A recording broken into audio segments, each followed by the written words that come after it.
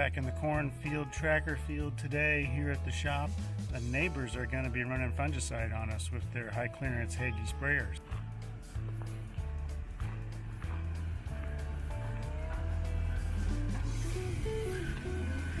He goes 60 foot on his first pass around, then it'll unfold to 120 for the rest of it. Gonna take a ride.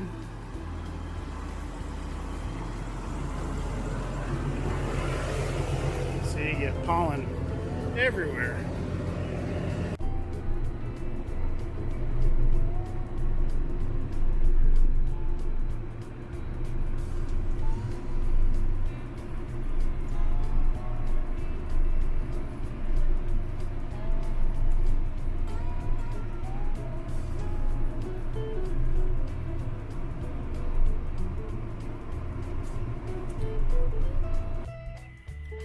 There, now he's out to his full 120 foot. He's going to come up to the waterway there. Have to slow down just a second. A little bit of a up and down there.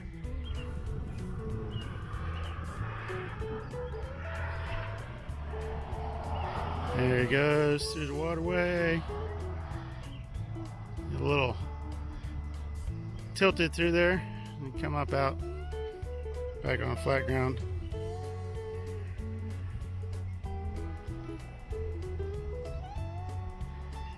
And I think he's about to refill at the truck.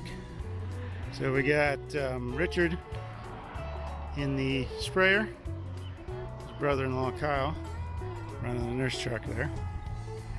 They farm right around us in several places. They're just a couple miles from here.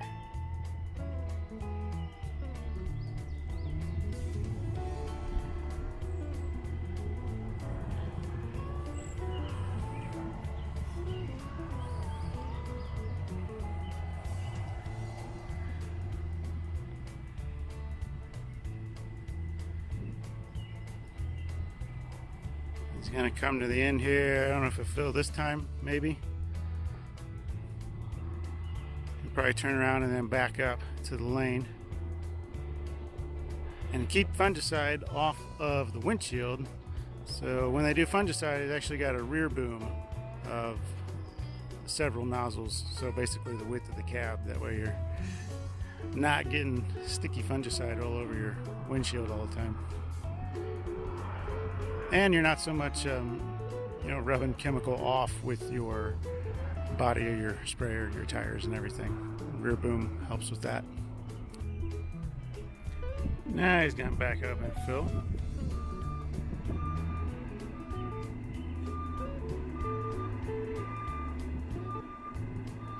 It'll take a few minutes. Fill back up on water and fungicide, running 15 gallon an acre total, a 1,200 gallon tank.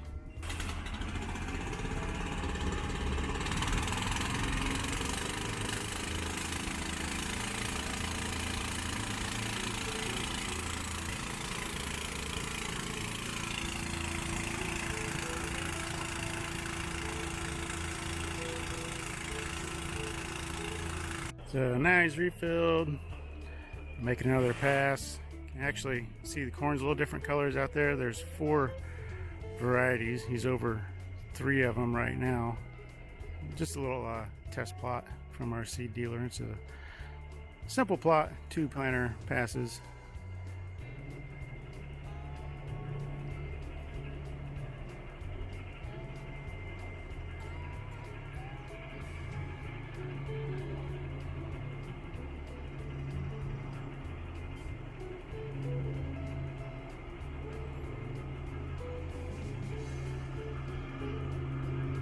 So I think he's got one more pass going the other way and he'll be back to where I was riding with him.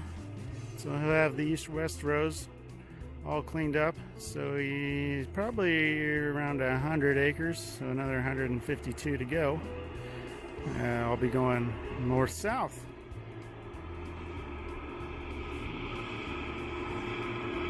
So if you look, if you can see the spray mesh, you can see that rear boom at the back, behind the engine in the back of the sprayer. And they can also have, for like spraying beans and stuff, they can have nozzles behind the tires. That way you're not taking any chemical off of your tires and transferring it to another field where you don't want that particular chemical. I can hear the corn snap that he runs over when he turns, but really it kind of looks like a lot when you're in the cab, but from up here you can hardly tell where he's been. So he's finding his guidance line there, getting lined back up, and then he's got a thing on the center. He's pretty much been driving it, but using the GPS to find his center. You see, left-hand side isn't on because he's overlapping a little bit. We're around the corner now. Let's see, it comes back on. Automatic section control with the GPS. Here's Kyle's got turned around because they'll be loading on the opposite side next time.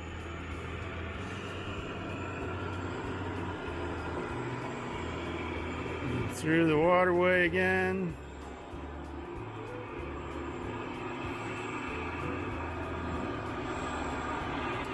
So I think he'll be matched up to where I rode with him before I got out. So he'll have to, I think he'll have to deadhead back here, not spray on the way back. I'm not sure about that. But there he goes. So that is what Fungicide app looks like in tall corn. Yeah, you can see he's in that darker stripe. That's maybe not tasseled as much because those varieties are different maturities out there. This field should be pretty well all done pollinating if it's not completely done already. You see the silks are out here. We talked about that in the popcorn video if you watch that. But you know, the silk's the female part of the plant. Pollen's up top on the tassel, falls down, pollinates the silk. Every silk can be a kernel of corn, so we want as much of those pollinated as possible. I'll pull the husk back on one of these ears here and you can see what stage we're at. Hopefully you can see on the camera there. See where it's a little different shade of yellow where my thumbnail's touching?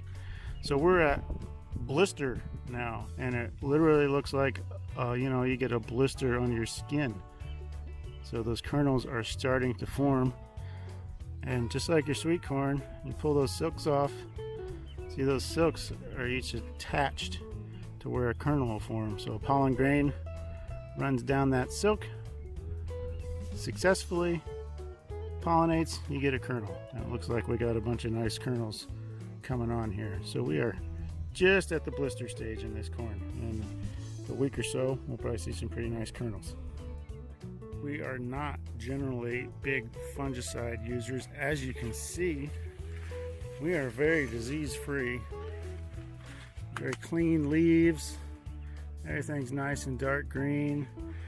Just, we had that hot, dry weather in June. That probably really helped us because disease is generally brought on by cooler and humid, wet conditions. So we're pretty disease-free. So we are doing kind of a late fungicide, wait until after pollination here. Kind of shooting for brown silk. Some of them are turning brown. These here on the edge are still nice and healthy, but when they're all done pollinating, they'll turn brown and kind of die off. But yeah, now's kind of the time to do it. They are leaving check strips for me. They are going to skip a few passes in each field.